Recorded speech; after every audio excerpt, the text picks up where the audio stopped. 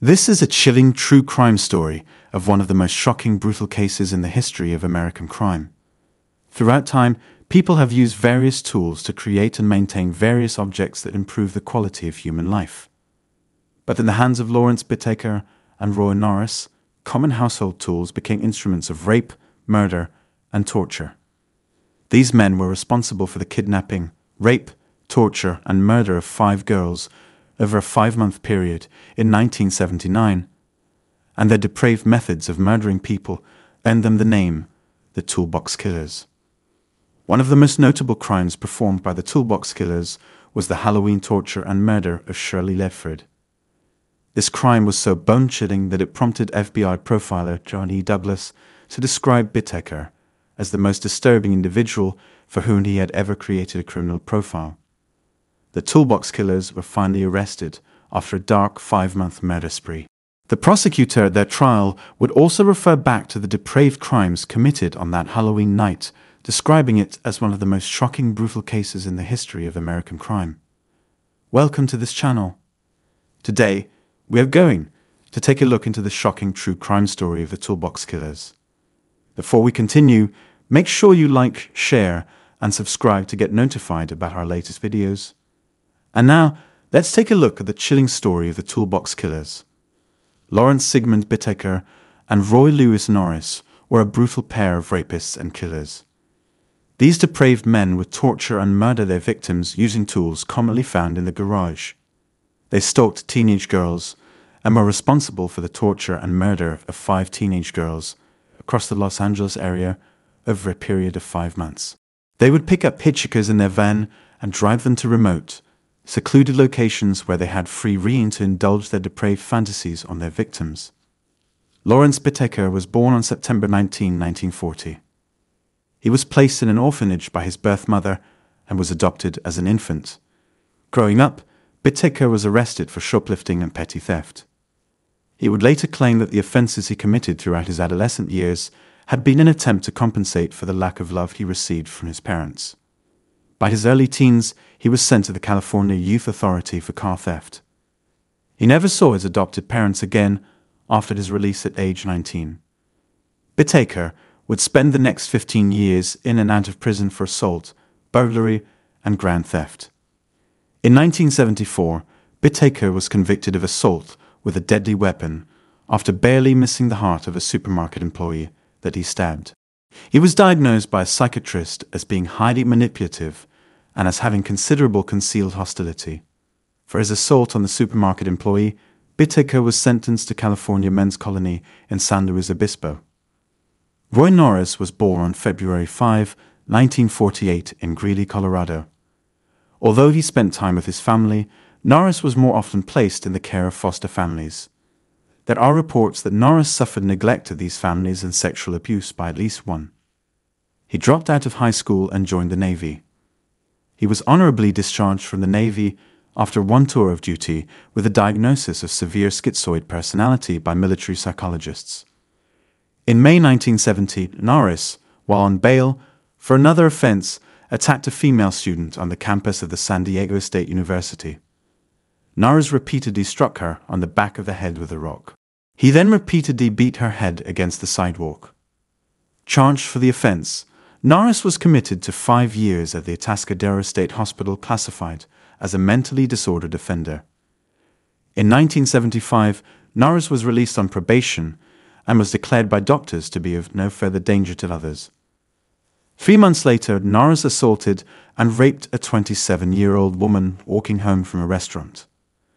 The duo, who would become known as the Toolbox Killers, met for the first time in 1976 when Bittaker and Norris were incarcerated in the same prison.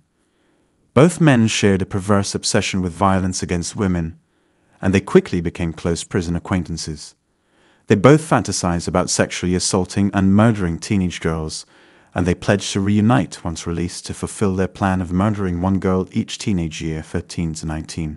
Barely a month after his release in January 1979, Norris had raped a woman.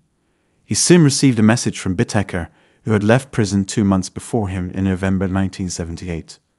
The duo met and began to put their evil plan into motion. They purchased a silver 1977 GMC Vandura in February 1979, which had a sliding door that enabled them to discreetly pick up teenage girls and other potential victims without having to slide the door all the way.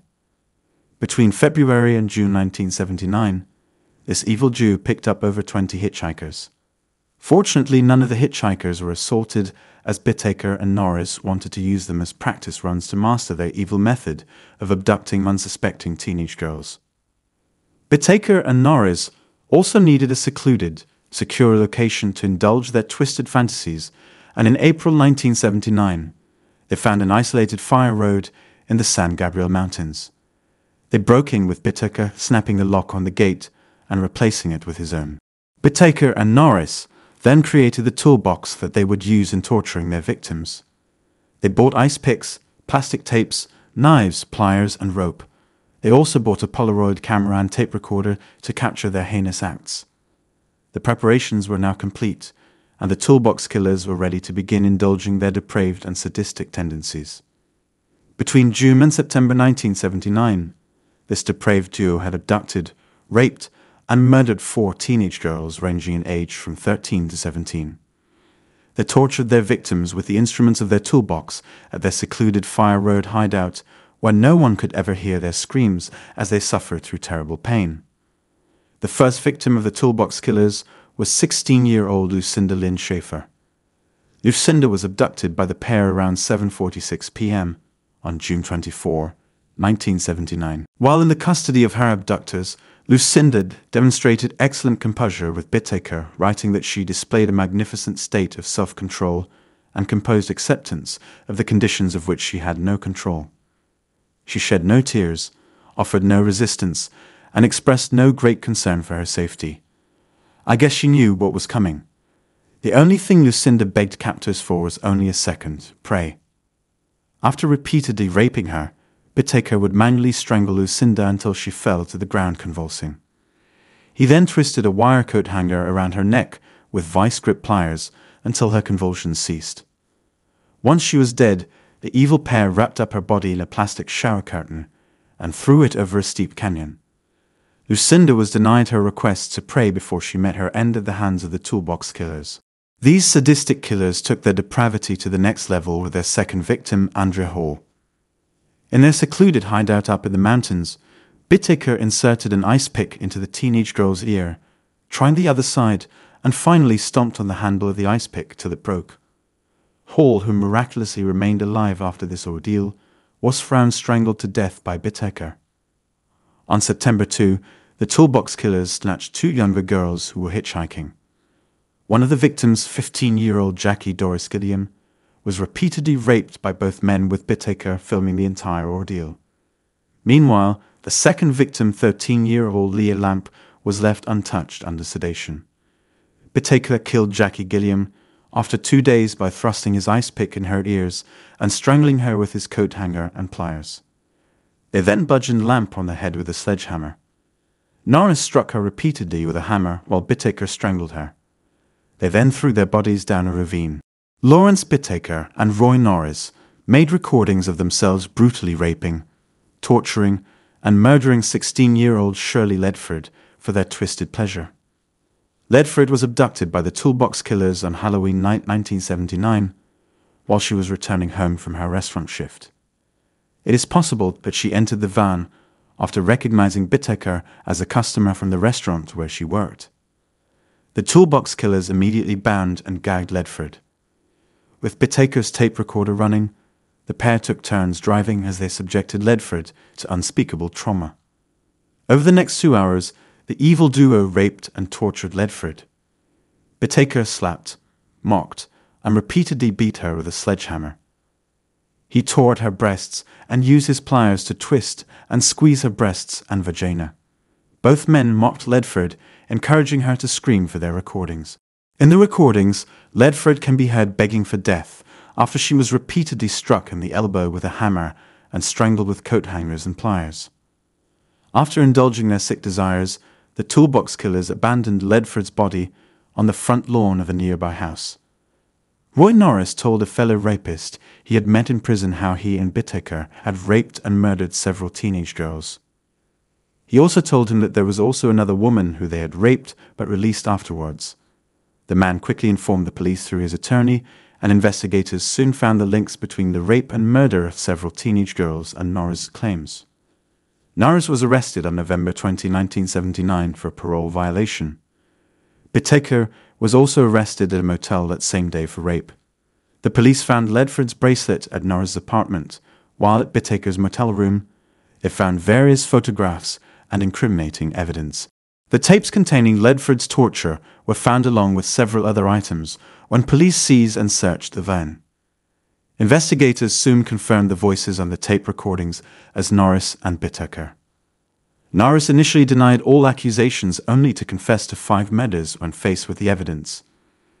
In an effort to negotiate a plea deal, Norris testified against Bittaker and revealed the location of their San Gabriel mountain hideout, where the skulls of Gilliam and Lamp were eventually found.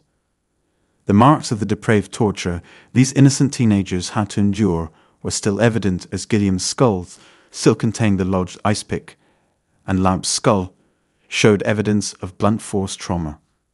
On May 7, 1980, Roy Norris was spared the death penalty after pleading guilty to all charges against him. He was sentenced to 45 years to life with parole eligibility from 2010. Norris also testified at Bittaker's trial, stating that Bittaker amused himself while driving by playing the tape containing the torture of Ledford. When the Ledford tape was played in the courtroom, many members of the jury and audience wept openly, with some members of the audience rushing out of the courtroom before the tape had finished. On February 5, 1981, Bittaker denied the charges of rape and murder. He claimed that he paid the girls for sex and obtained their permission before taking their photographs. In his closing argument, the prosecutor Kay told the jury, "If the death penalty is not appropriate in this case, then when will it ever be?" Bittaker was found guilty of 5 counts of first-degree murder and several other charges on February 17, 1981, and was sentenced to death on February 19, 1981. Bittaker never expressed any remorse for his crimes and even seemed to enjoy his newfound celebrity, auto-roofing various items with the name Pliers Bittaker. Bittaker died on December 13, 2019 in San Quentin prison. Norris died in prison on February 24, 2020 from natural causes. The story of the Toolbox Killers left an impact, as it showed the extent of disregard some seemingly normal people can have for human life. The FBI also retained the tape of Shirley Ledford and uses it to train FBI agents about the true nature of torture and murder. Thanks for watching. Please do not forget to like, share, and subscribe if you found this video enjoyable. See you in the next video.